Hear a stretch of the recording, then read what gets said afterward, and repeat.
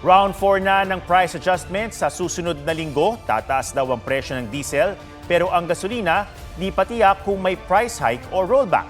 May report si Joseph Morong. Sigurado na raw sa susunod na linggo ang round 4 ng taas presyo ng diesel.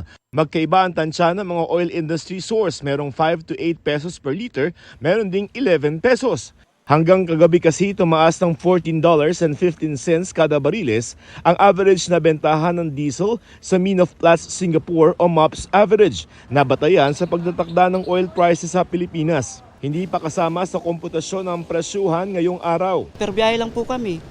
So pag wala kaming biyahe, wala kaming kita. Buto yung boss namin mabait, pinapabali-bali kami. Pero bali pa rin yun, pagdating ng araw, kakaltas pa rin sa sweldo namin.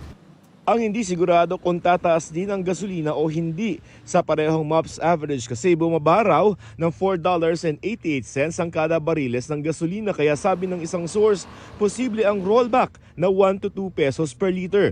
Pero ang sabi ng source sa isa pang oil company, price hike na 3 pesos per liter ang mangyayari.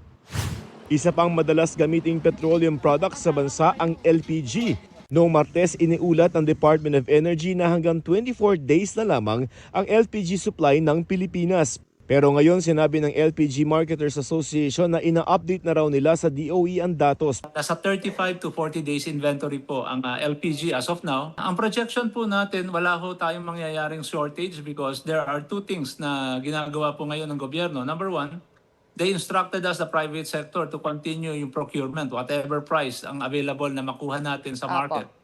Second is the government-to-government procurement na inuumpisahan na po nila. Pero posible pa rin magmahal ang LPG dahil sa mataas ding gasto sa shipping.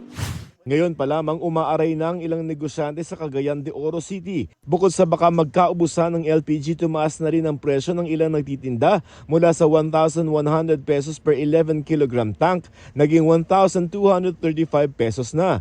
Paliwanag ng LPG dealer, nagdedepende lamang ang kanilang presyo sa supplier nila. Sa Calasiao, Pangasinan, ang ilang dumidepende sa LPG nag-uuling na muna. Dahil tumaas ang demand, tumaas din ang presyo kada sako nito. Joseph Morong, nagbabalita para sa GMA Integrated News.